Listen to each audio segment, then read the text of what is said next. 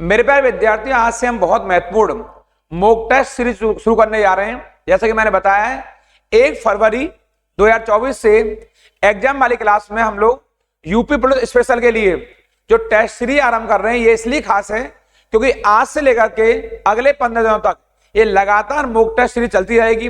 इस सेशन में आपको बताऊंगा मैं कि मुंशी प्रेमचंद को किसने उपन्यास सम्राट कहा है, हमारे यहाँ बंधन एक्सप्रेस और मैत्री एक्सप्रेस कहां कहां चलती हैं, हमारे यहाँ पाकिस्तान भारत के मध्य सबसे पुरानी ट्रेन कौन सी चलती है, हमारे यहाँ अटॉर्नी जनरल यदि संसद में जाके भाग ले सकता है, बोल सकता है, लेकिन वो से मतदान का अधिकार नहीं है, तो इसका उल्लेख संविधान के कौन से अनुच्छेद में हुआ है। ऐसे बहुत सारे पहलुओं पर इस क्लास में मैं चर्चा करूंगा। आप सब लोगों को बहुत बहुत स्वागत है आपके चहेते YouTube channel career Bihar sir के साथ। आप सबको प्रणाम, नमस्कार, जय हिंद। आप सभी लोग दोनों हाथ जोड़कर अपनी मां के चरणों में प्रणाम करेंगे। आज से हम शुरुआत कर रहे हैं मॉक टेस्ट सीरीज फर्स्ट की, और आपको लिए चलता हूं आपके चाहते प्लेटफॉर्म पढ़ाई की पंचायत पर। यहां बात करूंगा और ये हमारा मॉक टेस्ट पहला है जो हम बात करने वाले आपसे। और इस मॉक टेस्ट में जैसा कि मैंने बताया आपको, ये हमारा जो मॉक टेस्ट दिखाई दे रहा है, पहला क्वेश्चन आपकी स्क्रीन के सामने बहुत महत्वपूर्ण है। ये सब मैंने जो प्रीवियस क्वेश्चन है उनके आधार पर सारे प्रश्न निकाले आपके लिए, बहुत इंपॉर्टेंट है। यहां से प्रश्न आपके एग्जाम में जरूर बनेंगे। जैसा भारत के संविधान में मौलिक कर्तव्य, ये फंडामेंटल ड्यूटी के बारे में बात कर रहा है कि संविधान संशोधन के द्वारा जोड़े गए। मैं पुनः कहूंगा आपसे, जब भी प्रश्न पढ़ें तो उस प्रश्न के नेचर को जरूर देख लें। हमसे पूछ रहा है वो मौलिक कर्तव्य यानी फंडामेंटल ड्यूटीज कौन से संविधान संशोधन के द्वारा जोड़े गए। क्या वो 32वें द्वारा जोड़े गए, क्या 42वें द्वारा, या 15वें द्वारा, या 46वें द्वारा। ये ABCD मान लीजिए 1 2 3 4 ABCD, यानी इस तरह प्रश्न आएगा आपके एग्जाम में, तो आप बताएंगे हमारे संविधान में 42वें संविधान संशोधन अधिनियम द्वारा जोड़ा गया, 42 कॉन्स्टिट्यूशनल अमेंडमेंट एक्ट द्वारा। और आप लोग जानना चाहिए इन्हें वर्ष 1976 में जोड़ा गया आपके, और संविधान के भाग 4A में यहां पर, और अनुच्छेद 51A के अंतर्गत, इसको आप लोग याद कर लेंगे यहां से। यानी हमारे मूल संविधान में फंडामेंटल ड्यूटीज का उल्लेख नहीं किया गया है, लेकिन इन्हें वर्ष 1976 में भाग 4A के अंतर्गत 51A में, अनुच्छेद 51A में जोड़ा गया है। और मैं पुनः बता रहा हूं आपको, ये 42वें संविधान संशोधन अधिनियम द्वारा जोड़े गए। ये वही समय था जब देश में राष्ट्रीय आपातकाल चल रहा था। आपको ज्ञात होना चाहिए राष्ट्रीय आपातकाल वर्ष 1975 में लगाया जा चुका था, जो 1977 तक रहा। उस समय देश की प्रधानमंत्री श्रीमती इंदिरा गांधी हुआ करती थी आपके। ये बहुत महत्वपूर्ण इंपॉर्टेंट प्रश्न है आपके लिए। इस सीरीज में मैं आपको अगला क्वेश्चन, जो सेकंड क्वेश्चन लेकर आया हूं, ये आपका यहां है आपकी स्क्रीन के ऊपर। भारत के राष्ट्रपति अपनी शक्तियों का प्रयोग करते हैं तो किसके माध्यम से करते हैं। आपको दिखाई दे रहा है एक में, सीधे अथवा अपने अधीनस्थ अधिकारियों के द्वारा, या मंत्रियों के द्वारा, या प्रधानमंत्री के द्वारा, या मंत्रिमंडल के सदस्यों द्वारा। किसके द्वारा प्रयोग करते हैं। आप जानते हैं भारत में, भारत के संविधान के आर्टिकल 52 में राष्ट्रपति का उल्लेख हुआ है, यानी देश का एक राष्ट्रपति होगा। वहीं पर एक बहुत महत्वपूर्ण आर्टिकल है, उसका नाम है आर्टिकल 53, ये वाला। बस इसी में इसका आंसर निहित है। 53 कहता है, अनुच्छेद 53 कहता है कि राष्ट्रपति में उसकी कार्यपालिका शक्ति निहित होगी, और वह अपनी कार्यपालिका शक्ति का प्रयोग अपने या तो सीधे खुद करेगा, या अपने अधीनस्थ अधिकारियों के द्वारा करेगा। यानी कि जो अधीनस्थ अधिकारी होते हैं, मंत्री परिषद के तौर पर जाने जाते हैं आपके, या तो खुद करे, या अपने अधीनस्थ अधिकारियों के माध्यम से करे, या मंत्रियों के माध्यम से करे। तो इसका उत्तर क्या होगा, ए होगा, यानी एक होगा इसका उल्लेख। ये राष्ट्रपति अपनी शक्तियों का प्रयोग करते हैं। ये बहुत इंपॉर्टेंट क्लास है। मैंने ये क्वेश्चन निकाले, उस अनुमान पर लगभग 37-38 क्वेश्चन या 40 क्वेश्चन तक आपके एग्जाम आएंगे। ये जीएस वाली बहुत इंपॉर्टेंट क्लास आपके लिए होने जा रही है। ये वही मॉक टेस्ट सीरीज है जहां से आपको सफलता रूपी आपकी मंजिल मिलने वाली है। मैं फिर कहूंगा, चैनल को तेजी सब्सक्राइब कर लीजिए, लाइक शेयर कमेंट करना बिल्कुल नहीं भूलेंगे। कमेंट करना भूल गए आप लोग, लाइक जरूर करिए, क्योंकि यहीं से आपकी मंजिल मिलने वाली है। ये एग्जाम वाली बहुत बहुत महत्वपूर्ण ये सेशन मैंने आरंभ किया है, ये लगातार 15 दिन तक जारी रहेगा। ऑनलाइन भी करा रहा हूं, ऑफलाइन भी कराऊंगा, वहां पर कुछ और क्वेश्चन आपको मिलने वाले। तो जो बच्चे यहाँ ऑफलाइन नहीं पहुंच पा रहे, वो ऑनलाइन से सारी क्लासों का लाभ लेंगे, लेकिन चैनल को सब्सक्राइब जरूर कर लेंगे, तभी आपको इसका लाभ मिलेगा। यहां पर आप देखेंगे, आपको इसका उत्तर आप देख लिया, इसका उल्लेख अनुच्छेद 53 में हुआ है। राष्ट्रपति अपनी कार्यपालिका शक्तियों पर सीधे खुद करेगा या अपने अधीनस्थ अधिकारियों के माध्यम से करेगा। क्वेश्चन नंबर 3 है हमारा, यदि राष्ट्रपति और उपराष्ट्रपति का पद खाली हो जाए, ध्यान देंगे, तो भारत के राष्ट्रपति कौन कार्य करेंगे? राष्ट्रपति तौर पर दिखाई दे रहा है, राष्ट्रपति पद पर कौन काम करेगा? अगर राष्ट्रपति नहीं है और उपराष्ट्रपति भी नहीं है तो क्या वो प्रधानमंत्री संभालेंगे, या भारत के मुख्य न्यायाधीश संभालेंगे, या लोकसभा के अध्यक्ष संभालेंगे, या इनमें से कोई नहीं? दिखाई दे रहा है आपको यहाँ पर।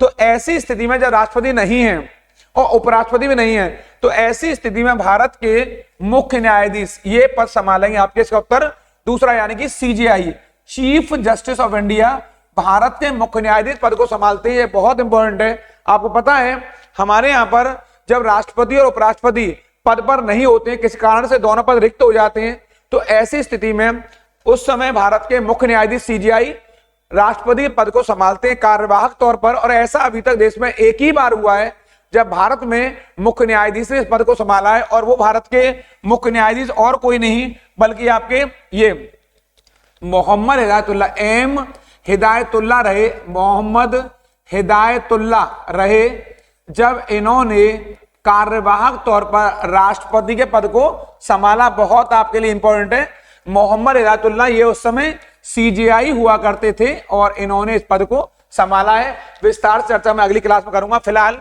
ये मेरी टेस्ट सीरीज चल रही है, मॉक टेस्ट चल रहा है, इन सबको रटते जाएंगे, सारी बातों को लिखते जाएंगे, क्योंकि एग्जाम वाली बहुत महत्वपूर्ण और आवश्यक क्लास आपके लिए होने जा रही है।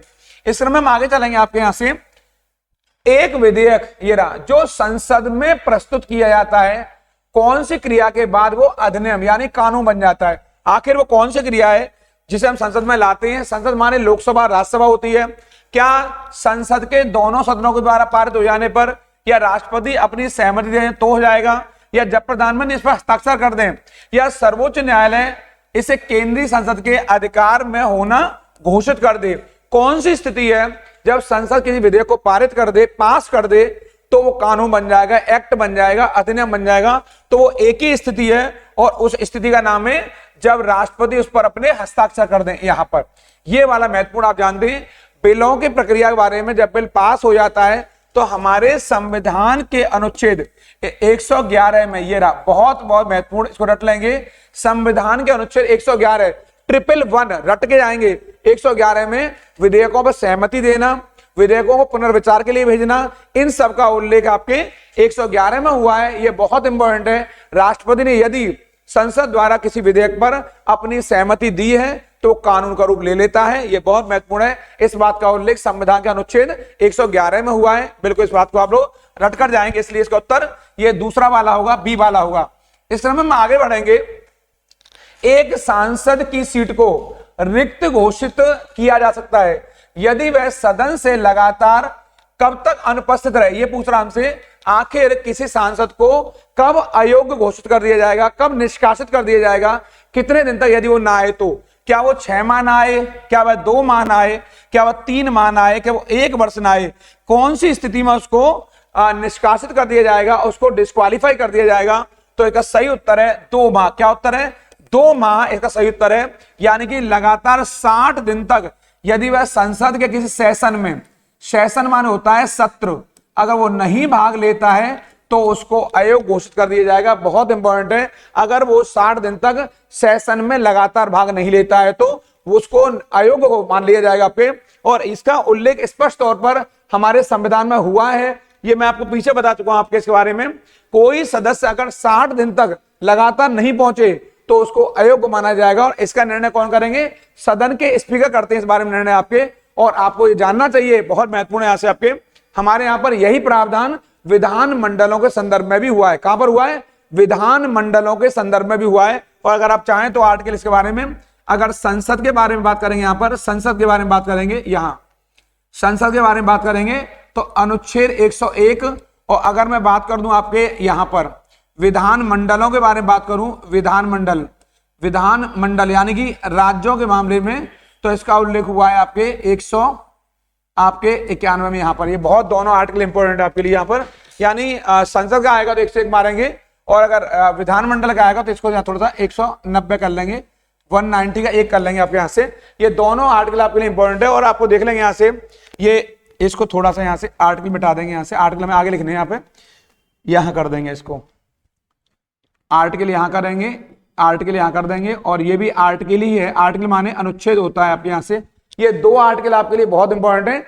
100 हम लोग इसको अगर और डीप पढ़ना चाहें, मैं आपको डीप नहीं बताना चाह रहा हूं, यहाँ पे डीप करना चाहें तो कर सकते हैं। आपके ये और डीप करना हो तो यहां कर सकते हैं। अनुच्छेद 101 का 4 यहां कर सकते हैं और अनुच्छेद 190 का 4 अगर चाहें तो डीप कर सकते हैं। यानी संसद से कोई सदस्य, संसद का मतलब मेरा लोकसभा राज्यसभा से, संसद से बताएंगे अनुच्छेद 101 के 4 के अंतर्गत। और अगर विधानमंडल आएगा तो विधानमंडल का मतलब मेरा विधानसभा और विधान परिषद से अगर कोई संसद सदस्य, आप जानते हैं विधानमंडल में एमएलए और एमएलसी होते हैं, अगर वो अयोग्य होते हैं 60 दिन न आने पर तो 190 के 4 में, ये मैं बात कर रहा हूं राज्यों में। अगर संसद की बात करूंगा तो अनुच्छेद 101 के 4 में उल्लेख हुआ है, अगर सदस्य 60 दिन नहीं आएगा एमपी, क्या वो लोकसभा का या राज्यसभा का, तो वो अयोग्य मान लिया जाएगा। ये क्वेश्चन नंबर 5 में है, बहुत इंपॉर्टेंट है। आपको देखे लग रहा होगा ये क्लास कितनी इंपॉर्टेंट है, खास होने जा रही है। ये इसी प्रकार के प्रश्न आपके एग्जाम में पूछे जाएंगे। इन आर्टिकल को देखते जाएंगे। 101 बोले तो संसद और 190 बोले तो राज्य विधानमंडल,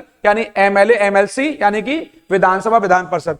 हमारा अगला प्रश्न है सीरीज का ये वाला 6वां क्वेश्चन है।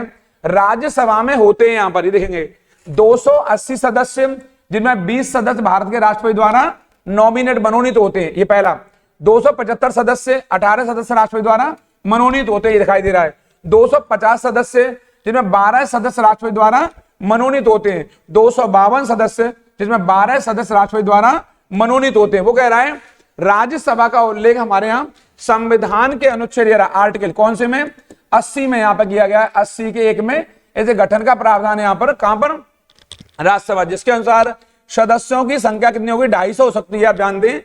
तो ये 250 सदस्य आपको दिखाई दे रहे हैं सीधे से आपको यहाँ पर, ये रहा 250, ये 250 दिखाई दे रहे हैं, जिनमें से 12 सदस्य राष्ट्रपति द्वारा नॉमिनेट किए जाएंगे। ये बहुत इंपॉर्टेंट है। यानी संविधान के अनुच्छेद 80 के 1 में राज्यसभा के गठन का प्रावधान हुआ है, जिसके अनुसार 238 सदस्य निर्वाचित होते हैं राज्यों से और केंद्र शासित प्रदेशों से, और 12 मेंबर होंगे जो नॉमिनेट होंगे, जो विभिन्न 4 क्षेत्रों से लिए जाएंगे। और वो मैं बता चुका आपको, वो चारों सदस्य आपके हमारे यहां से, ये जो 12 सदस्य आएंगे, साहित्य, ये मैं बताया पीछे, कला, यहां से विज्ञान और सामाजिक सेवा, ये आपको याद आ गया होगा।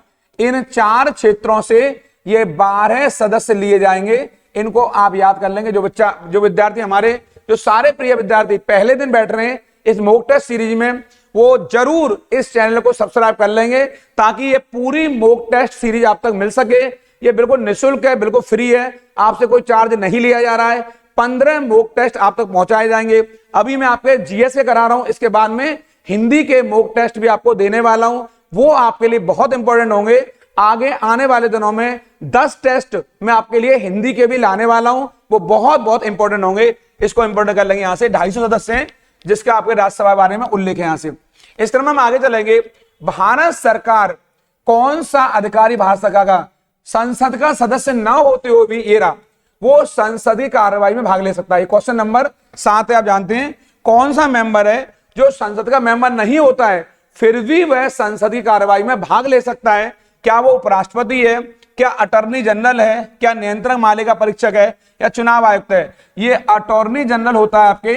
इसका उल्लेख हमारे संविधान के अनुच्छेद कौन से में हुआ है? संविधान के अनुच्छेद यहां आर्टिकल 76 में उल्लेख हुआ है इसका, अटॉर्नी जनरल का। इसी को एजीआई भी कहा जाता है, अटॉर्नी जनरल ऑफ इंडिया। इसी को हिंदी में भारत का महान्यायवादी भी कहते हैं। ये रहा, भारत का महान्यायवादी कहते हैं इनको। ये बहुत इंपॉर्टेंट है।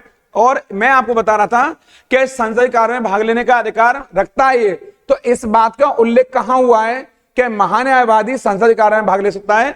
तो इसका उल्लेख हमारे आर्टिकल यहां पर आर्टिकल 88 में इसका उल्लेख हुआ है यहां पर। यह बहुत इंपॉर्टेंट है। यानी कि यह संसदीय कार्य में भाग तो ले सकता है, परंतु उसको वोटिंग राइट नहीं है। इसके बारे में 88 कहता है, 88 कहता है कि अटॉर्नी जनरल ऑफ इंडिया, जो भारत सरकार का कानून अधिकारी होता है, ये संसदीय कार्रवाई में भाग ले सकता है, संसद की समितियों में भाग ले सकता है, किसी भी समिति में भाग ले सकता है। हमारे यहाँ जो संसदीय समिति होगी उसमें बोल सकता है, भाषण दे सकता है, परंतु इसको वोटिंग राइट नहीं होता है। इस बात का उल्लेख कहां हुआ है? अनुच्छेद 88 में इसका उल्लेख हुआ है, आर्टिकल 88 में। जबकि महान्यायवादी की नियुक्ति कौन करते हैं? राष्ट्रपति। कौन नियुक्ति करते हैं? राष्ट्रपति। और इसका उल्लेख कहां हुआ है? 76 में उल्लेख हुआ है। महान्यायवादी का, ये भारत सरकार का कानून अधिकारी होता है, या मैं कह सकता हूं ये भारत सरकार का वकील होता है, तो मैं गलत नहीं हूं। इस क्रम में हम आगे चलेंगे, इसका मतलब इसका उत्तर सेकंड होगा। इस क्रम में हम लोग आगे चलेंगे। यहां पर ये राष्ट्रीय सुरक्षा समिति का प्रधान कौन होता है, यहां देखेंगे क्या गृह मंत्री होते हैं, प्रधानमंत्री होते हैं, राष्ट्रपति या उपराष्ट्रपति होते हैं। तो क्या सही उत्तर है आपके प्रधानमंत्री। ये प्रधानमंत्री नेशनल जो सिक्योरिटी कमेटी होती है हमारे यहाँ, राष्ट्रीय सुरक्षा समिति होती है, इसके प्रधानमंत्री चीफ होते हैं। इसको आप रट लेंगे। कई सारे बच्चे इसका उत्तर गृह मंत्री या राष्ट्रपति मार कर आएंगे, आप बताएंगे इसके हेड प्रधानमंत्री होते हैं। बहुत बहुत इंपॉर्टेंट है। मैं तेजी से और जल्दी क्लास करा रहा हूं आपको, ताकि बहुत तेजी तक आप तक पहुंच बना सकूं अपनी सारे प्रश्नों को। जो आप चाह रहे हैं कि 38 से 40 क्वेश्चन जल्दी से हम तक पहुंच जाएं, उन सारे क्वेश्चन अब व्याख्या सहित, विश्लेषण सहित, मैं चाहता हूं संक्षिप्त में ज्यादा व्याख्या आप तक पहुंचे, ताकि आपका ज्यादा से ज्यादा काम बन सके। इस क्रम में हमारा अगला जो 9वां क्वेश्चन है वो ये रहा। मुंशी प्रेमचंद, आपको मैंने बताया उपन्यास सम्राट है, इनका जन्म कहां हुआ है। स्टार्टिंग मैंने यहीं से किया था, यानी मुंशी प्रेमचंद का जो बर्थडे, जो आपका बर्थ है वो कहां हुआ है, कानपुर, आरामपुर यहां पर, या गाजियाबाद या वाराणसी। आप जानते होंगे आपका जन्म वाराणसी में हुआ। कहां हुआ है, वाराणसी के लमही में। कहां पर, लमही में, यहां हुआ है। बहुत बहुत इंपॉर्टेंट है। और आपका जन्म किस वर्ष हुआ है, कई बार वर्ष पूछ सकता है यहां से, तो आपका जन्म 1880 में हुआ है। यहां पर बहुत इंपॉर्टेंट है, आपको उपन्यास सम्राट के नाम से भी जाना जाता है। लेकिन प्रश्न यह है कि आपको उपन्यास सम्राट किसने कहा है, यह बहुत इंपॉर्टेंट है। तो यह कहा है आपके शरत चंद्र, किसे कहा है, शरत चंद्र चट्टोपाध्याय। ये कोई मामूली व्यक्ति नहीं है, बहुत बहुत इंपॉर्टेंट है। शरत चंद्र चट्टोपाध्याय ने कहा है कि ये कोई सामान्य व्यक्ति नहीं है, बल्कि ये आपके उपन्यास सम्राट हैं। और आपको पता होगा कि मुंशी प्रेमचंद का जो एक अधूरा उपन्यास है वो कौन सा है, वो मंगलसूत्र। कौन सा है वो मंगलसूत्र है, जो कि अधूरा रह गया। ये इनका अंतिम उपन्यास भी है, अधूरा रह गया आपके। इसको इनके पुत्र, और पुत्र का नाम क्या है, पुत्र का नाम है अमृत राय। क्या नाम है, अमृत राय ने पूरा किया। अमृत राय इनके पुत्र हैं, इन्होंने इसको पूरा किया। यानी कि आप कह सकते हैं, बहुत इंपॉर्टेंट है यहां से, कि जो मंगलसूत्र उपन्यास है, इस उपन्यास को किसने पूरा किया है, इनके पुत्र अमृत राय ने पूरा किया है। और मुंशी प्रेमचंद का जो नाम है, उपनाम है, वो धनपत राय रहा है। ये मैं बता चुका हूं, इनका नाम धनपत राय भी रहा है। क्या रहा है, धनपत राय भी रहा है, ये वाला। इसके अलावा रंगभूमि इन्हीं का उपन्यास है, बहुत महत्वपूर्ण है। जो कर्म भूमि है, इन्हीं का उपन्यास है, बहुत महत्वपूर्ण है। ये सब उपन्यास है इनके। गबन है, गोदान है, उनसे आप परिचित हैं। सेवा सदन है, इनसे आप परिचित हैं। इनके बारे में चर्चा नहीं कर रहा हूं यहां पर। मुंशी प्रेमचंद से क्वेश्चन एग्जाम आ सकता है। आपका जन्म, उपन्यास सम्राट का जन्म वाराणसी के लमही में हुआ है। आपको जो ख्याति लब्धि है वो उपन्यासकार के अलावा कहानीकार के तौर पर भी है। यहां से इस क्रम में आगे जाएंगे। ये वाला 10वां क्वेश्चन है हमारा। निम्नलिखित में से कौन उत्तर प्रदेश का सबसे प्राचीन विश्वविद्यालय, कैसा है, सबसे प्राचीन पूछ रहा हमसे वो आपके, कि सबसे प्राचीन, ये वाला सबसे प्राचीन विश्वविद्यालय कौन सा है यूपी का। क्या वो अलीगढ़ मुस्लिम विश्वविद्यालय है, या बनारस हिंदू है, या महात्मा गांधी है, या इलाहाबाद केंद्रीय है। ये चार अलग अलग दिए। आपको थोड़ा सा बता देता हूं, यहां पर इस प्रकार का प्रश्न आएगा तो आप अलीगढ़ मारेंगे यहां पर, क्योंकि अलीगढ़ मुस्लिम विश्वविद्यालय स्थापना 1875। यहां पर कहीं ना कहीं एक विद्यालय के तौर पर, स्कूल के तौर पर सर सैयद अहमद खां, कौन, सर सैयद अहमद खां, इनके द्वारा कर दी गई थी आपके यहां से, अहमद खान द्वारा आपके यहां से। ये बहुत इंपॉर्टेंट है आपके, इन्होंने। और इसके अलावा जो इलाहाबाद केंद्रीय विश्वविद्यालय है, इसकी स्थापना 1887 यहां पर हुई है आपके। ये देख लेंगे आप लोग। यानी हमारे यहां पर अगर आएगा सबसे प्राचीन, सबसे पुराना विश्वविद्यालय कौन सा है, तो आप इस नाते अलीगढ़ यानी एएमयू को मारेंगे। यद्यपि एएमयू को बनने में बहुत समय लगा, इसको वर्ष 1900, यहां थोड़ा सा बताया था आपको, मैं यहां पर थोड़ा सा बताया, इसको मैं चर्चा करना जरूरी समझ रहा हूं आपको। यहां से एएमयू जो स्थान है आपके यहां पर, वो 1920 में जाकर के ये यूनिवर्सिटी बनी है एएमयू। यानी पहले विद्यालय के तौर पर हमारे यहां था, इसको 1920 में जाकर के अलीगढ़ मुस्लिम यूनिवर्सिटी यानी अलीगढ़ मुस्लिम विश्वविद्यालय के नाम से जाना गया। लेकिन इसकी स्थापना सैयद अहमद खां 1875 में कर चुके हैं। मैं पुनः बता रहा हूं आपको एक बार जोड़ देकर के, इसकी स्थापना यहाँ हो चुकी है सैयद अहमद खान के द्वारा, इसलिए इस क्रम में क्वेश्चन इस तरह आएगा। तो अलीगढ़ मुस्लिम विश्वविद्यालय मारेंगे आपके, भले ही इसको 1920 में मान्यता मिली है, लेकिन इसके अगर ये नहीं होता तो सही उत्तर हो जाएगा आपका इलाहाबाद केंद्रीय विश्वविद्यालय, जिसकी स्थापना 1887 में हुई है। आप दोनों बातें मैंने बता दी हैं, आप देख लेंगे हमारे एग्जाम में किस प्रकार के प्रश्न पूछे जा रहे हैं। पूरी बात को पढ़िए, पढ़ करके समझिए कि हमसे वो क्या पूछ रहा है, क्योंकि कहीं ना कहीं इस एएमयू का जो नींव है वो कहां रखी हुई है, वो 1875 के अंदर है। अगर ये नींव ना रखी गई होती तो शायद इस एएमयू का निर्माण ना हुआ होता। एएमयू बहुत बड़ी यूनिवर्सिटी है, केंद्रीय विश्वविद्यालय, ये सारे विश्वविद्यालय कहीं ना कहीं बहुत महत्वपूर्ण माने जाते हैं। आप जानते हैं जो ये बीएचयू है, कौन, जो बीएचयू है बनारस हिंदू यूनिवर्सिटी, ये 1916 में अस्तित्व में आई। कब आई? 1916 में पंडित मदन मोहन मालवीय जी के प्रयासों से, पंडित मदन मोहन मालवीय जी के प्रयासों से वर्ष 1916 में। इसको भी थोड़ा सा यहाँ याद कर लेंगे। इस क्रम में हम लोग आगे चलेंगे आप यहां से। ये अगला क्वेश्चन है 11वां, उत्तर प्रदेश किस शहर को पूर्व का ग्रास, ये वाला पूर्व का ग्रास या इसी को बोलते हैं पूर्व का द्वार, पूर्व का सिराज, ध्यान देंगे आप लोग। इसका नाम एक ये भी है, इसी को बोलते हैं पूर्व का द्वार। क्या बोलते हैं? पूर्व का द्वार भी कहते हैं इसको। ये बहुत बहुत इंपॉर्टेंट है। कौन सा क्षेत्र है वो? क्या वो गोरखपुर है, मुरादाबाद है, बनारस है या कन्नौज है? इनमें किसको पूर्व का द्वार कहा जाता है? तो इनमें से याद देंगे कन्नौज को, किसको? कन्नौज को पूर्व का द्वार कहा जाता है। थोड़ा सा ध्यान देंगे, ये पूर्व का ग्रास पूछ रहा है, पूर्व का ग्रास, अच्छा कन्नौज शहर आपके, यहां थोड़ा सा ध्यान देंगे। पूर्व का द्वार है जो, इसका भी उत्तर लिख लेंगे यहां पर, ये जौनपुर है, ये जौनपुर है, यहां ध्यान देंगे थोड़ा सा। ये इसका उत्तर यहां से एक अन्य क्वेश्चन बता दिया मैंने आपको, एक अन्य प्रश्न है, ये अन्य प्रश्न है, इसको भी लिख लेंगे क्योंकि ये भी एग्जाम में पूछा जा सकता है, ये भी पूछा जा सकता है यहां से। जैसे कि हमारे यहाँ भारत में पूर्व का सिराज यानी कि पूर्व का द्वार किसे कहा जाता है? तो ये आपका पूर्व का ग्राम है, ग्रास की जगह लेंगे थोड़ा सा यहां पर, इसको ग्राम कर लेंगे, इसको ग्रास गलत लिख गया यहाँ पर, ये पूर्व का ग्राम पूछेगा ऐसे आपको, पूर्व का ग्राम, ये रहा पूर्व का ग्राम किसे कहा जाता है? ग्राम है ये, थोड़ा सा एक नया क्वेश्चन है, इसको भी थोड़ा चर्चा कर दूंगा आपके इस पर भी, ये भी महत्वपूर्ण है। यूपी के किस शहर को पूर्व का ग्राम कहा जाता है? क्या कहता है? ग्राम कहा जाता है। ये ग्रास नहीं है, ग्राम है। अब ग्राम आएगा तो एक सही उत्तर कौन सा? कन्नौज है। कौन सा है? कन्नौज है। लेकिन अगर आएगा पूर्व का सिराज, पूर्व का द्वार आएगा तो क्या बताएंगे? जौनपुर है। आप जानते हैं जौनपुर नगर का निर्माण फिरोज शाह तुगलक, किसने कराया है? FST, तुगलक वंश का शासक कौन? फिरोज शाह तुगलक। फिर बोल रहा हूं, फिरोज शाह तुगलक ने जौनपुर नगर का निर्माण करवाया और जौनपुर को पूर्व का द्वार कहते हैं। दो क्वेश्चन बता दिए मैंने आपको इस 11वें में। अगर पूर्व का ग्राम आएगा तो कन्नौज मारेंगे, और पूर्व का सिराज आएगा, पूर्व का द्वार आएगा तो हम मारेंगे जौनपुर मारेंगे। जौनपुर नगर का निर्माण फिरोज शाह तुगलक ने करवाया। ये बहुत इंपॉर्टेंट है, ये क्लास आपको अच्छी लग रही होगी।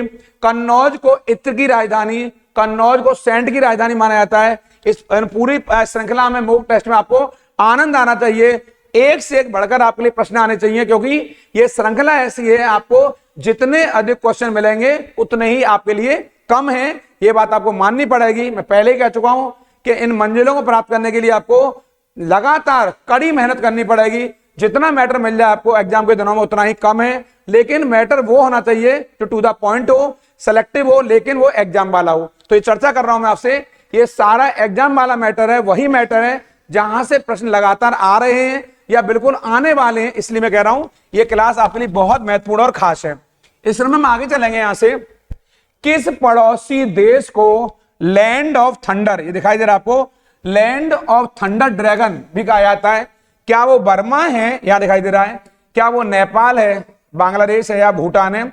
एक सही उत्तर है भूटान को। ये रहा, भूटान को land of the thunder dragon कहा जाता है। मैं पहले बता चुका हूं, भूटान पर मैं आगे भी चर्चा करूंगा आप लोगों से, क्योंकि भूटान हमारा पड़ोसी देश भी है, नेपाल हमारा पड़ोसी देश भी है। लेकिन अगर आएगा land of the thunder dragon को कहा जाता है तो वो भूटान मार के आएंगे। अब क्यों कहा जाता है, किस लिए कहा जाता है, कब से आया है, इसके बारे में जब टेस्ट हो जाएगा तो वहां हम चर्चा करेंगे, क्योंकि इस प्रकार के प्रश्न आपके बड़े बड़े एग्जामों में विस्तार से भी पूछे जाते हैं, चाहे वो PCS हो, चाहे वो CGL हो, चाहे वो अन्य जो एग्जाम होते हैं, वहां पर चर्चा इस प्रकार के प्रश्नों पर विस्तार करेंगे। फिलहाल आप यहां पर भूटान मार लेंगे, जो कि हमारे लिए बहुत महत्वपूर्ण है। भारत और पाकिस्तान के बीच कितनी जो सीमा पार ट्रेनें चल रही हैं आपके, क्या वो 4 हैं, क्या वो 1 है, 2 है या 3 है? तो आपको जानना चाहिए भारत और पाकिस्तान के मध्य में 2 ट्रेनें चल रही हैं। पहला उत्तर यह है 2 ट्रेन चल रही है। प्रश्न ये कौन कौन सी ट्रेन है? जो भारत हमारा पड़ोसी मुल्क जरूर है, लेकिन भारत के आतंक से, थोड़ा क्षमा करेंगे, पाकिस्तान के आतंक से भारत बड़ा परेशान है। जब से पाकिस्तान बना है तब से ही भारत के लिए नासूर की तरह है, ये तब से भारत को परेशान कर रहा है। और जान लेंगे यहाँ पे आपके भारत और पाकिस्तान के मध्य में जो सबसे पुरानी ट्रेन है, तो चलिए आपके वो थार एक्सप्रेस है। कौन सी है? वो थार एक्सप्रेस है। यहां पर एक तो ये चल रही है आपके, बहुत इंपॉर्टेंट हमारे लिए। इसके अलावा समझौता एक्सप्रेस है, ये रहा समझौता एक्सप्रेस है, ये आपके लिए बहुत इंपॉर्टेंट है। ये 2 ट्रेन बताई मैंने आपको। ये ट्रेन आपके जोधपुर से कराची, ये वाला आप जानते हैं कराची पाकिस्तान में, और ये ट्रेन चल रही है आपको यहां पर, इसको भी कर लेंगे यहां से। ये दिल्ली से लाहौर के लिए निकलती है, दिल्ली से लाहौर के लिए जा रही है, आपके लाहौर के लिए जा रही है। बहुत इंपॉर्टेंट है ये वाला पार्ट आपके, इन दोनों को याद कर लेंगे। यानी भारत पाकिस्तान के मध्य में जो ट्रेन चल रही है वो थार एक्सप्रेस है और समझौता एक्सप्रेस है। दिल्ली से लाहौर कौन सी है? समझौता है। और थार एक्सप्रेस जोधपुर टू कराची है। बहुत बहुत इंपॉर्टेंट है, इनको रट लेंगे, थार को भी और समझौता को भी। और मैंने थोड़ी देर पहले कहा जो मैत्री एक्सप्रेस है, कौन सी? मैत्री, ये वाली है। और जो बंधन एक्सप्रेस है, एक्स्ट्रा क्वेश्चन बता रहा हूं, जो बंधन एक्सप्रेस है, ये वाला एक्सप्रेस है, यहां पर एक्सप्रेस है। ये दोनों ट्रेनें भारत और बांग्लादेश के मध्य, लिख लेंगे इसको आप लोग, बिल्कुल उतार लेंगे, कॉपी पेन लेके बैठिए, इसको उतार लेंगे। मैं बार बार पूछूंगा आपसे, जब तक मेरी 15 दिनों तक चर्चा रहेगी तब तक लगातार पूछता रहूंगा मैं आपसे कि आपने याद किया कि नहीं किया। मैत्री एक्सप्रेस आएगी या बंधन एक्सप्रेस आएगी तो बताएंगे भारत और बांग्लादेश बताएंगे। अगर थार और समझौता आएगा तो भारत और पाकिस्तान बताएंगे। ये दोनों ट्रेनें चल रही हैं, बहुत इंपॉर्टेंट हैं। ऐसे प्रश्न हमारे एग्जाम में बार बार पूछे जाते हैं, क्योंकि हम इन प्रश्नों को कमतर करके आंकते हैं, हल्का करके आंकते हैं। हमें लगता है प्रश्न नहीं आएंगे और ऐसे प्रश्नों को हम अक्सर छोड़ दिया करते हैं। लेकिन हमारी क्लास में इस करियर प्लस प्लेटफॉर्म पर आप एक भी प्रश्न को नहीं छोड़ेंगे, क्योंकि ये पढ़ाई की पंचायत है। हम पंचायती पढ़ाई की कर रहे हैं, एक भी प्रश्न को छोड़कर नहीं जाएंगे, क्योंकि छोटा क्वेश्चन भी हो सकता है हमें सफलता की मंजिल तक पहुंचा दे। हम लोग आगे चलेंगे इस क्रम में। ये क्वेश्चन है, भारत में ब्रिटिश का बड़े पैमाने पर विस्तार सहायक संधि ये रहा के माध्यम से हुआ। जो गवर्नर रहा है जिसने इसकी शुरुआत की है वो कौन सा गवर्नर है? यानी कि हमारे यहां पर सहायक संधि कौन लाया है? क्या वॉरेन हेस्टिंग है, कॉर्नवालिस है, लॉर्ड वेलेस्ली है या क्लाइव है? कौन सा व्यक्ति है जो इस सहायक संधि को लेकर आया है? तो वो लॉर्ड वेलेस्ली। कौन है वो लॉर्ड वेलेस्ली है। ये व्यक्ति लेकर आया 1798 से लेकर के 1805 तक ये व्यक्ति रहा है। ये इसका कार्यकाल है, बहुत इंपॉर्टेंट है। इसके अलावा लॉर्ड वेलेस्ली ने सहायक संधि की भारत में शुरुआत की, और कहां से करी है इसने? इसकी सहायक संधि को स्वीकार करने वाला पहला राज्य कौन सा है? हैदराबाद है। कौन सा है? हैदराबाद का निजाम। कौन है वो? हैदराबाद का निजाम था। 1 नंबर का ये व्यक्ति कहीं ना कहीं धोखेबाज था, भारत को धोखा दिया।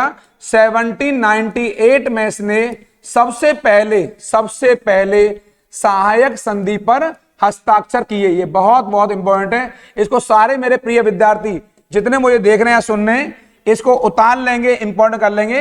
यानी सहायक संधि को स्वीकार करने वाला पहला भारतीय राज्य हैदराबाद है। और किस वर्ष? 1798 में आपके इसको रट कर जाएंगे। और भारत में सहायक संधि का जो आपके शुरुआत करने वाला वो कौन है? वो आपका लॉर्ड वेलेस्ली है। इसको याद कर लेंगे। लॉर्ड वेलेस्ली बहुत महत्वपूर्ण गवर्नर रहा है। इसके बारे में विस्तार चर्चा करूंगा। मैंने बता दिया है कि वो मेरी क्लास अलग होगी। अभी फिलहाल मैं एग्जाम वाले प्रश्नों पर चर्चा कर रहा हूं, क्योंकि एग्जाम के लिए बहुत जरूरी है। समय कम है और काम है ज्यादा, इसलिए पहले प्रश्नों की तरफ आप ध्यान देंगे। इसका ये टाइम पीरियड है, आप चाहें तो उसको याद कर सकते हैं।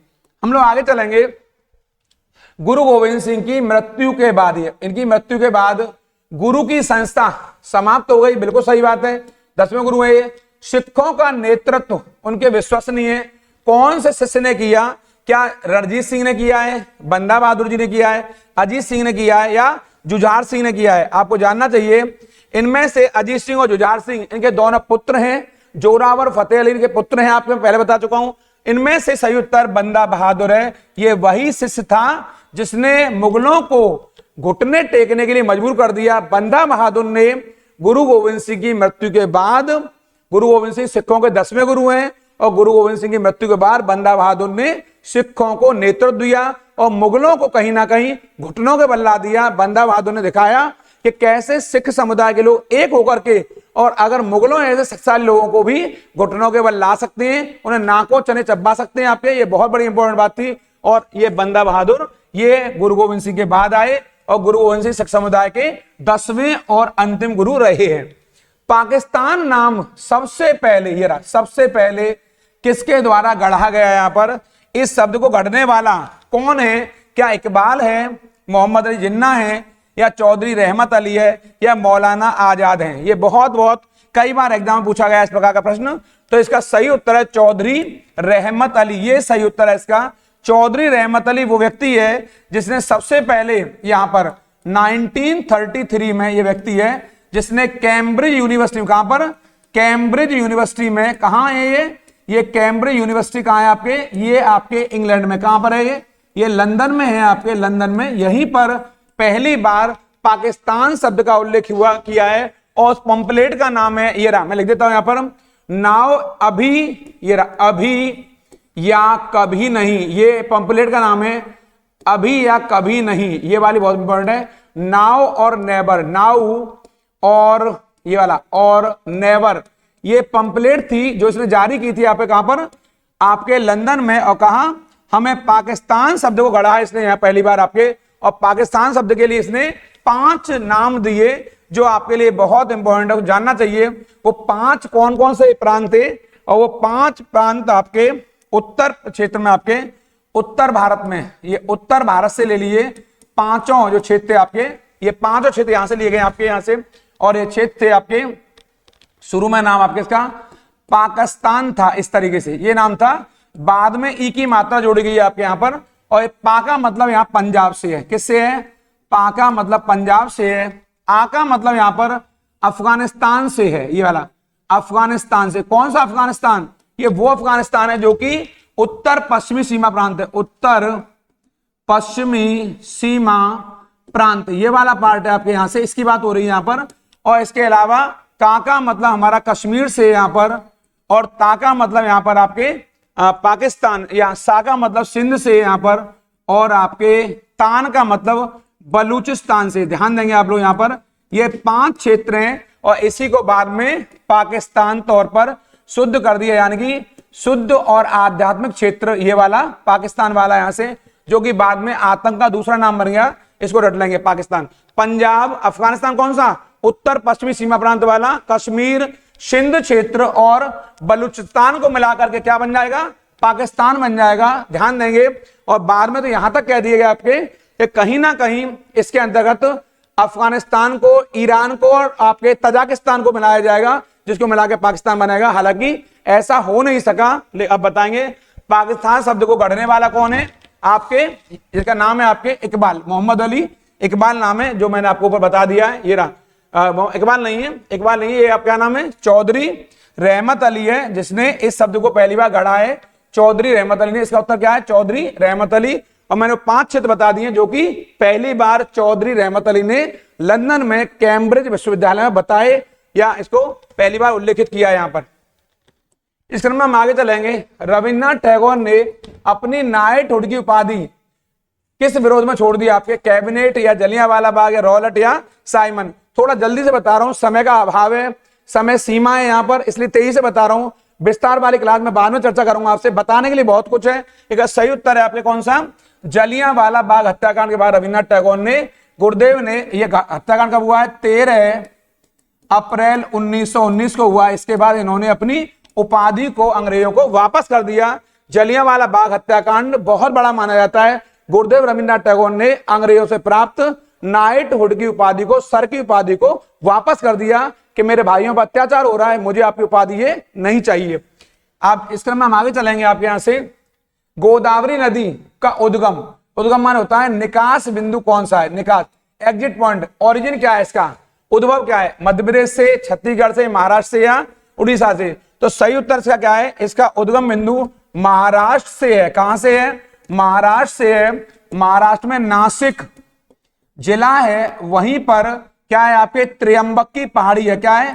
त्र्यंबक की पहाड़ी है, यहीं से ये आपके नदी निकलती है। कौन सी? गोदावरी नदी है। इसे दक्षिण की गंगा भी कहते हैं। क्या कहते हैं इसको? इसको दक्षिण की गंगा भी कहा जाता है। और ये प्रायद्वीपीय भारत की सबसे बड़ी नदी भी है। कौन सी? गोदावरी। इसको इंपॉर्टेंट कर लेंगे, दक्षिणी गंगा भी कहते हैं। और ये कहां से निकल रही है? त्र्यंबक की पहाड़ी से निकल रही है, जो कहां स्थित है? महाराष्ट्र के नासिक में। कहां पर है?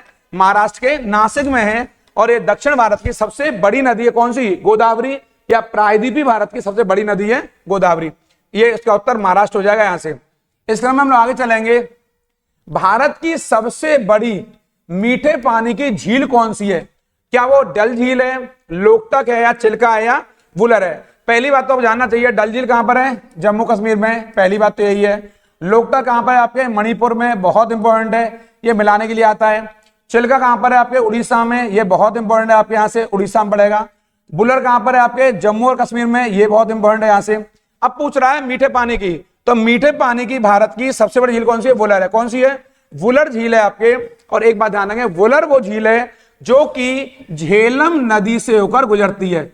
झेलम नदी से होकर गुजरती है। बहुत बहुत इंपॉर्टेंट है, ये एग्जाम पूछा जाएगा। वो कौन सी नदी, कौन सी झील है जो कि झेलम नदी से होकर के गुजर रही है? तो आप बता देंगे वो वुलर झील है, जो कि मीठे पानी की भारत की सबसे बड़ी झील है। अगर खारे पानी के आएगा तो बताएंगे आपका चिल्का झील। खारे पानी के आएगा तो, खारे पानी के आएगा तो बताएंगे चिल्का झील।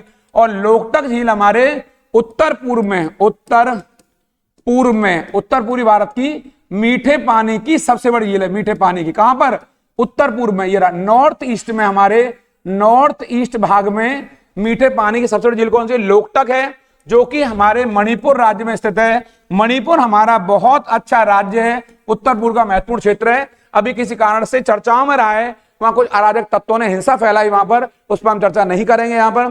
फिलहाल आप बताएंगे वुलर झील मीठे पानी की भारत की सबसे बड़ी झील है। खारे पानी के आएगा तो चिल्का मारेंगे आपके, जो उड़ीसा में। अगर उत्तर पूर्व में आएगा तो लोकटक मारेंगे, बहुत महत्वपूर्ण है। और वुलर झील से कौन सी नदी गुजरती है? झेलम नदी है, जो जम्मू कश्मीर में स्थित है। बहुत एग्जाम के लिए महत्वपूर्ण है। इस क्रम में आगे चलेंगे। भारतीय संविधान में कानून बनाने की निर्धारित प्रक्रिया काफी हद तक संविधान के द्वारा प्रभावित है। कहां से? दक्षिण अफ्रीका से, जर्मनी से, जापान से, या यूएसए से? संयुक्त राज्य का जापान है। जापान से कानून बनाने की निर्धारित प्रक्रिया हमने संविधान में हमने जोड़ी है। कहां से? जापान से जोड़ी है। ऐसे प्रश्न हमारे एग्जाम में कई बार पूछे जाएंगे, ऐसे क्वेश्चन कई बार एग्जाम में आएंगे। आप इसको यहाँ जापान याद कर लेंगे, जापान से हमने इसको लिया है अपने यहाँ पर। इस क्रम में आगे चलेंगे। शिक्षा का अधिकार, right to education, right to education को किस अधिनियम के द्वारा संसद द्वारा कानून बना दिया गया आपके यहाँ पर? क्या 2006 में बनाया है, 9 में बनाया है, या 8 में, या यहाँ पर 6, 7, 8, 9? इसका सही उत्तर क्या है? 2009 में इस शिक्षा के अधिकार को कानूनी रूप दिया गया है। और 1 अप्रैल 2010 से पूरे भारत में कानूनी तौर पर इसको लागू कर दिया गया है। लेकिन अगर आएगा कि शिक्षा के अधिकार को संवैधानिक दर्जा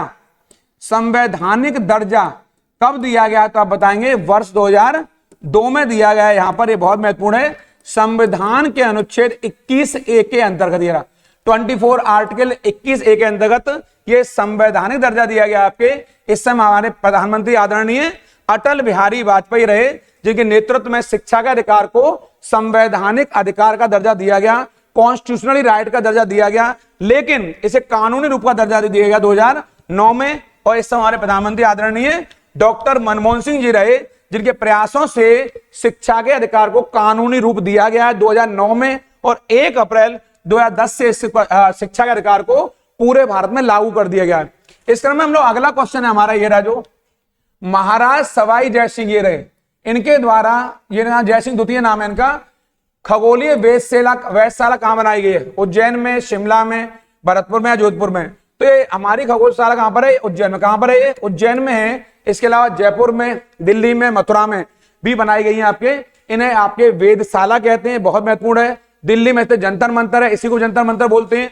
तो ये उज्जैन में, उज्जैन के अलावा ये मथुरा में भी बनाई गई थी इनके द्वारा। इसके अलावा जयपुर में बनाई गई इनके द्वारा। इसके अलावा दिल्ली में बनाई गई इनके द्वारा।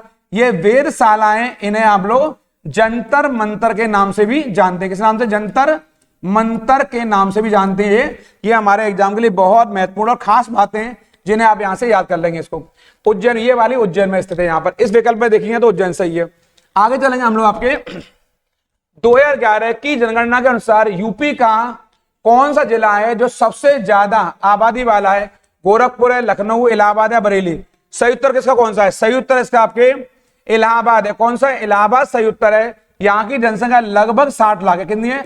लगभग कहा है मैंने, लगभग 60 लाख है। ये यूपी का सबसे अधिक आबादी वाला जिला है। अगर क्षेत्रफल के आधार पर आएगा तो लखीमपुर खीरी मारेंगे। क्षेत्रफल के आधार पर यूपी का सबसे बड़ा जिला कौन सा? लखीमपुर खीरी है। और जनसंख्या के आधार पर आएगा तो हम बताएंगे इलाहाबाद है, जो हमारे लिए बहुत महत्वपूर्ण इंपॉर्टेंट है।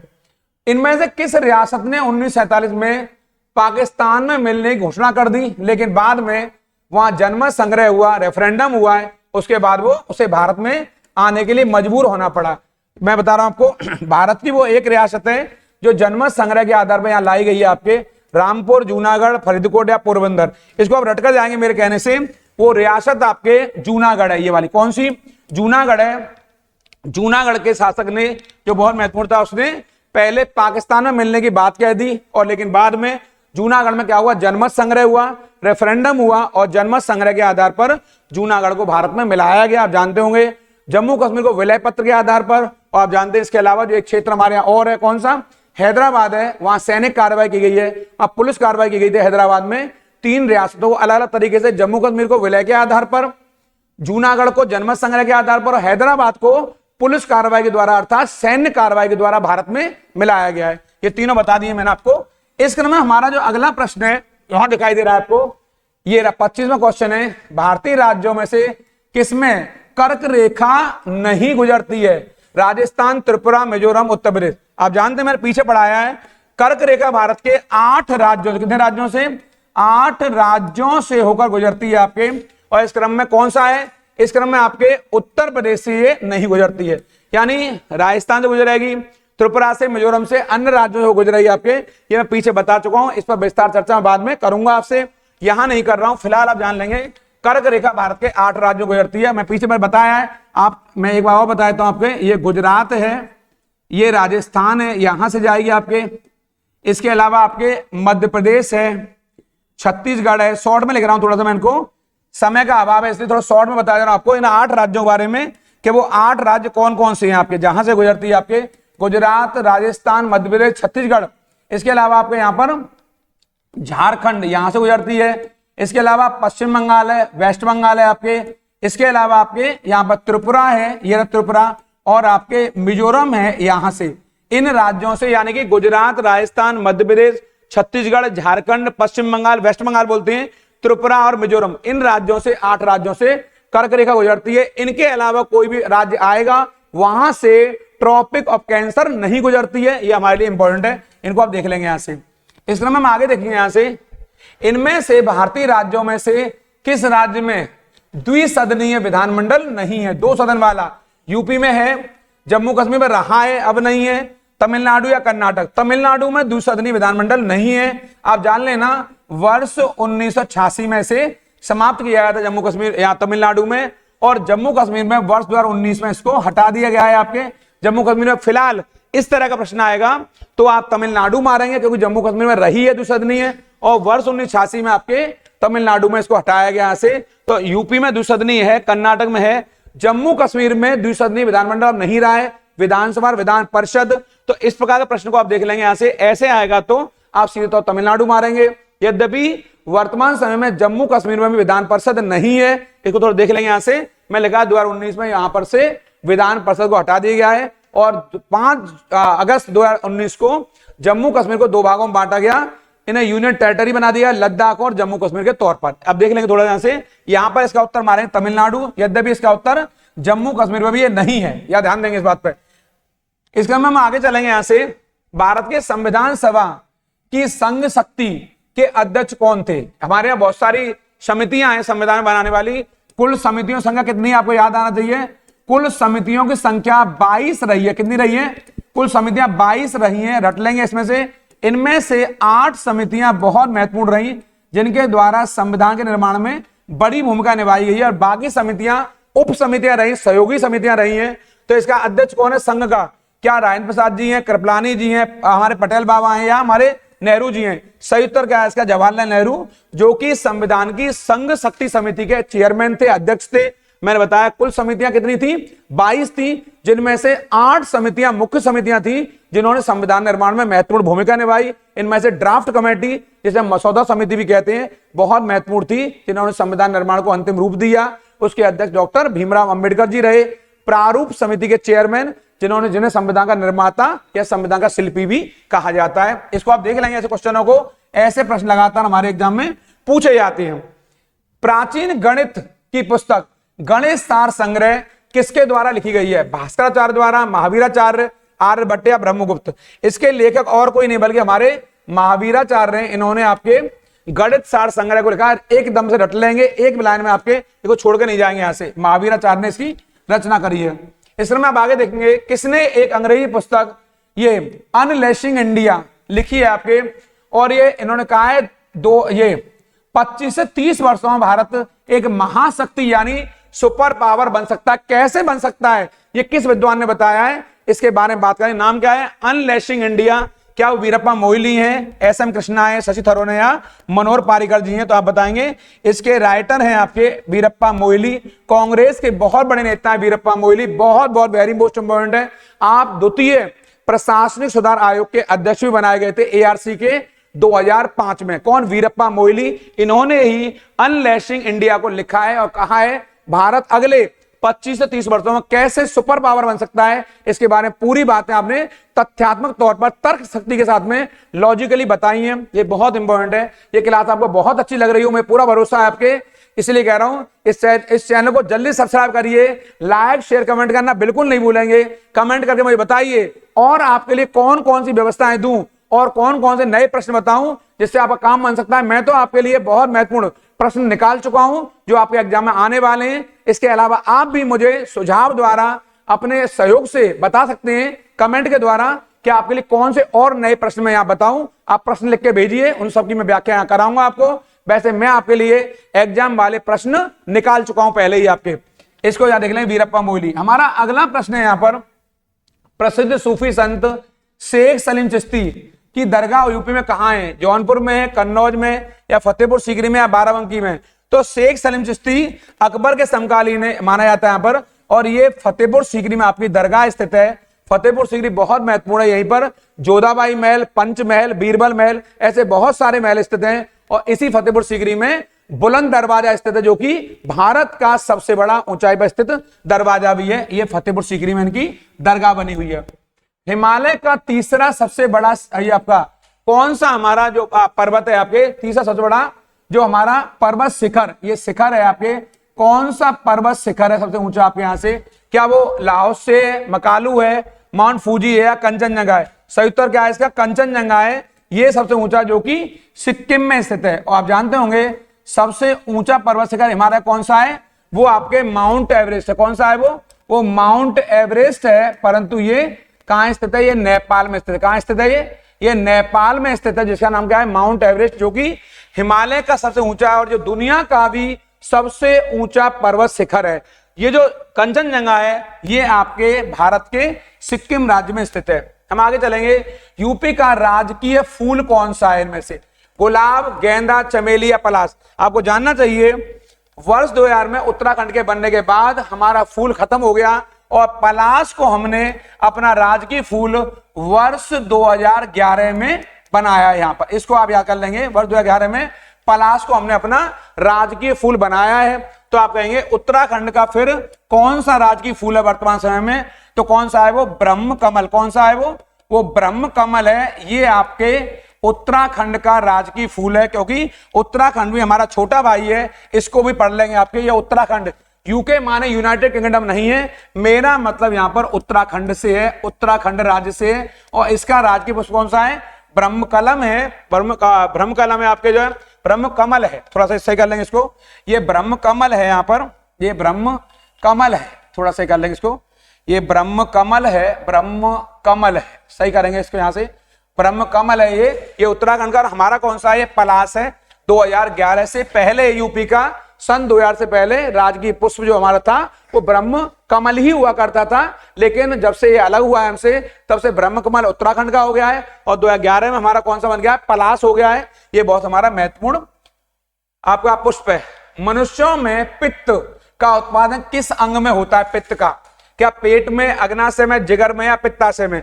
इसका बिल्कुल सही उत्तर है आपके एग्जाम आने वाला जिगर में। कहां पर? जिगर में। जिगर को लीवर भी कहते हैं। क्या कहते हैं? लीवर भी कहते हैं। इसी को यकृत भी बोलते हैं। क्या बोलते हैं? यकृत भी बोलते हैं इसको। बहुत कई नाम है इसके। जिगर में आपके यहीं पर पित्त का निर्माण होता है और पित्त के चलते ही भोजन पाचन में मदद मिलती है। अगर पित्त नहीं बनेगा तो पित्त ज्यादातर कैसा होता है? ये पित्त आपका ज्यादातर हरा और पीले रंग का होता है और पित्त का बनना बहुत जरूरी है आपके।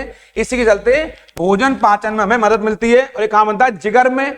जिगर को लीवर या यकृत भी कहते हैं। जब हमारा यकृत काम करना बंद कर देता है तो हमें तमाम तरह की बीमारियां घेर लेती हैं। विशेष तौर पर लीवर की मौत हो जाए हमारे यहाँ तो हमें जॉइंडिस यानी पीलिया रोग हो जाता है, जिसके चलते कई बार हम लोग पीले पड़कर मर जाते हैं। राष्ट्रीय मानवाधिकार आयोग भारत में कब स्थापित हुआ है? NHRC, NHRC national human right commission 2000 में, 95 में, 93 में, 1950 में। तो आप जानते हैं नेशनल ह्यूमन राइट कमीशन हमारे यहाँ वर्ष 1993 में स्थापित हुआ है। 12 अक्टूबर, ये 12 अक्टूबर 1993 को हैप्पी बर्थडे होता है, 12 तारीख को, 12 अक्टूबर को। और इसके अध्यक्ष आपके ये अरुण कुमार मिश्रा जी हैं। कौन है? अरुण कुमार मिश्र इसके वर्तमान में अध्यक्ष हैं। इसको देख लेंगे आप लोग, यहां से AK मिश्रा इसके अध्यक्ष हैं आपके। ये सुप्रीम कोर्ट के अभी आपके न्यायाधीश रहे। कौन? अरुण कुमार मिश्रा। ये बहुत इंपॉर्टेंट है, ये बहुत बहुत वेरी मोस्ट इंपॉर्टेंट है। आगे देखिए आप लोग, ये सही है 12 अक्टूबर। यहाँ पे निम्नलिखित रोगों में से कौन सा रोग फफूंद के कारण होता है आपके? फफूंद, ये पूछ रहा है फफूंद के कारण कौन सा रोग होता है आपके? तो आप बताएंगे ये टांसिल होता है, पित्ताशय पथरी होती है, दिल का दौरा होता है या दाद होता है? फफूंद मान होता है फंगस। तो आप बताएंगे दाद जो होता है वो आपके फंगस के कारण होता है। थोड़ा देख लेंगे आप लोग। ये सारी जो क्लास में ले रहा हूं इसको मैं आपको टेलीग्राम चैनल पर एक PDF फॉर्मेट में आपके पास पहुंचा दूंगा। वहां पे आप सब देख लेना, उतार लेना इसको। अगर नोटबुक लेके पेन नहीं लेके बैठे हुए हैं तो मैं आपके लिए और आसान बना दूंगा। आपको मैं लिंक भेज दूंगा यूट्यूब पर, उस लिंक को खोल लेना, आपको एक PDF फॉर्मेट में पूरा वीडियो ज्यों का त्यों मिल जाएगा। इसके अलावा मैं अपने एक पुराने वीडियो बीमारियों पर और मैं विटामिन पर पूरी चर्चा कर चुका हूं। पोषण वाले पार्ट को रटके जाएंगे। बीमारी चाहे जीवाणु हो, चाहे वायरस हो, चाहे फंगस हो या प्रोटोजोआ हो, उन पर बारी बारी से कौन सा अंग प्रभावित होता है और वो बीमारी किस कारण से होती है, बैक्टीरिया, वायरस, प्रोटोजोआ या फिर आपके फंजाई के चलते, इसको आप रट लेंगे। पुराने वीडियो में मैं चर्चा कर चुका हूं। यहां बता रहा हूं दांत जो होता है वो फफूंद के चलते होता है, जिसे हम लोग फंगस या फंजाई भी कहते हैं। इस तरह आप देखिए यहां से आपके जो भारत के संविधान के मूल दस्तावेज के द्वारा जो हाथ से लिखा है, आखिर वो किसने लिखा है? अंबेडकर जी ने लिखा है, सरोज नायडू ने लिखा है, प्रेम बिहारी या राजेंद्र प्रसाद जी? ये क्वेश्चन हमारे एग्जाम कई बार पूछा गया है, मैंने अक्सर इसको कई बार क्लास में बताया। प्रेम बिहारी रायजादा जी, इनके बारे में पीछे मैं चर्चा कर चुका हूं। आगे एक अन्य क्लास में विस्तार चर्चा करूंगा। हाथ से संविधान को लिखने का श्रेय प्रेम बिहारी रायजादा को जाता है। प्रेम बिहारी रायजादा को जाता है, जिन्होंने संविधान को हाथ से लिखा है। ये बड़ा महत्वपूर्ण हमारे लिए आपके, इनको आप रट लेंगे यहां से। इस क्रम में हम लोग आगे चलेंगे। विटामिन B1 का रासायनिक नाम क्या है? केमिकल नेम क्या है विटामिन B1 का? क्या पैंथोनिक एसिड है, बायोटीन है, एस्कॉर्बिक है या फॉलिक है? सही उत्तर इसका बायोटीन है। क्या उत्तर है इसका?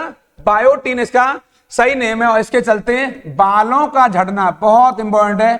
जो हमारे युवा देख रहे हैं आपके, बालों का झड़ना या समय से पहले पक जाना या नाखूनों का कमजोर होना, नाखूनों का, नेल्स का, नाखूनों का कमजोर होना, ये बहुत इंपॉर्टेंट है। ये सब कहीं ना कहीं विटामिन B7 की कमी से होता है, जिसका रासायनिक नाम बायोटीन है।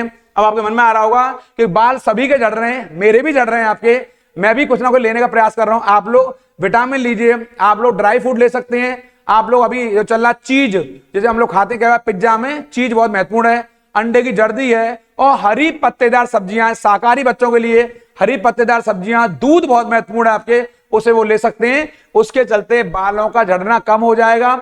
शैम्पू से कभी बाल नहीं, उसको बच्चे कहते हैं शैम्पू अधिक लगाइए बाल कम टूटेंगे, बल्कि मैं कहूंगा शैम्पू अधिक लगाने से बाल अधिक टूटते हैं आपके, इसलिए शैम्पू कम लगाइए और प्रोटीन युक्त भोजन, विटामिन युक्त भोजन लीजिए।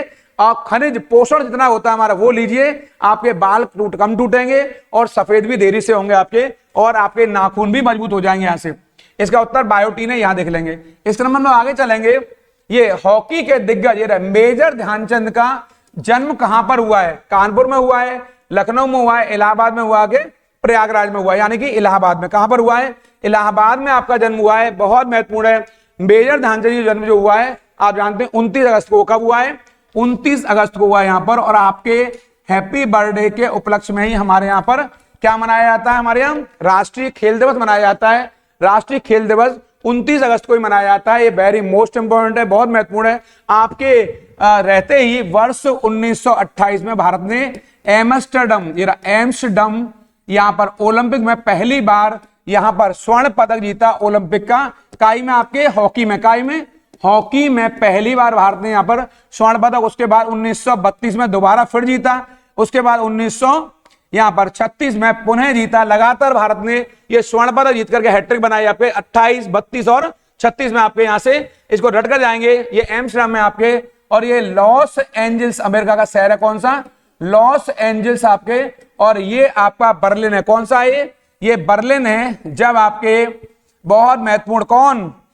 हिटलर ने कहा इनसे कि आप हमारी पार्टी में आ जाइए वर्ष 1936 में, क्योंकि ये हिटलर का पीक पॉइंट था यहां पर। आप जानते हैं ये वही दौर था। इसके 3 साल बाद आपके द्वितीय विश्व युद्ध आरंभ हो गया। इसको रट लेंगे। आपके हॉकी के जो जादूगर है मेजर ध्यानचंद, आप चाहें तो इसका वर्ष भी याद कर सकते हैं। वर्ष भी याद कर सकते हैं, वर्ष 1905। इसका वर्ष भी याद कर सकते हैं 1905। ये भी कई बार एग्जाम पूछ सकते हैं कि हमारे हॉकी के जादूगर कौन?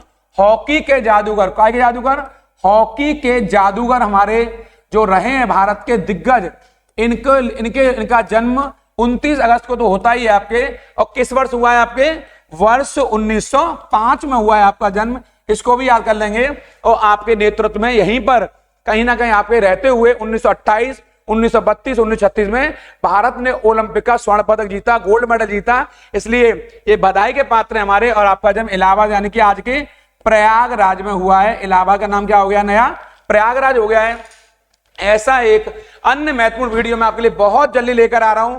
इस मॉक टेस्ट सीरीज में बने रहेंगे। प्लीज इसको ज्यादा ज्यादा सब्सक्राइब करवाइए, खुद सब्सक्राइब करिए, लाइक शेयर कमेंट करना बिल्कुल मत भूलिए, क्योंकि आपके प्रयासों से आपके मित्रगण, आपके भाई, आपके रिश्तेदार जो भी हैं उन तक इस सीरीज को पहुंचाइए, क्योंकि ये वही सीरीज है एग्जाम वाली जहां से आपको महत्वपूर्ण सफलता मिलेगी। और जो आपने सपना देखा है वो आपका सपना जरूर साकार होगा।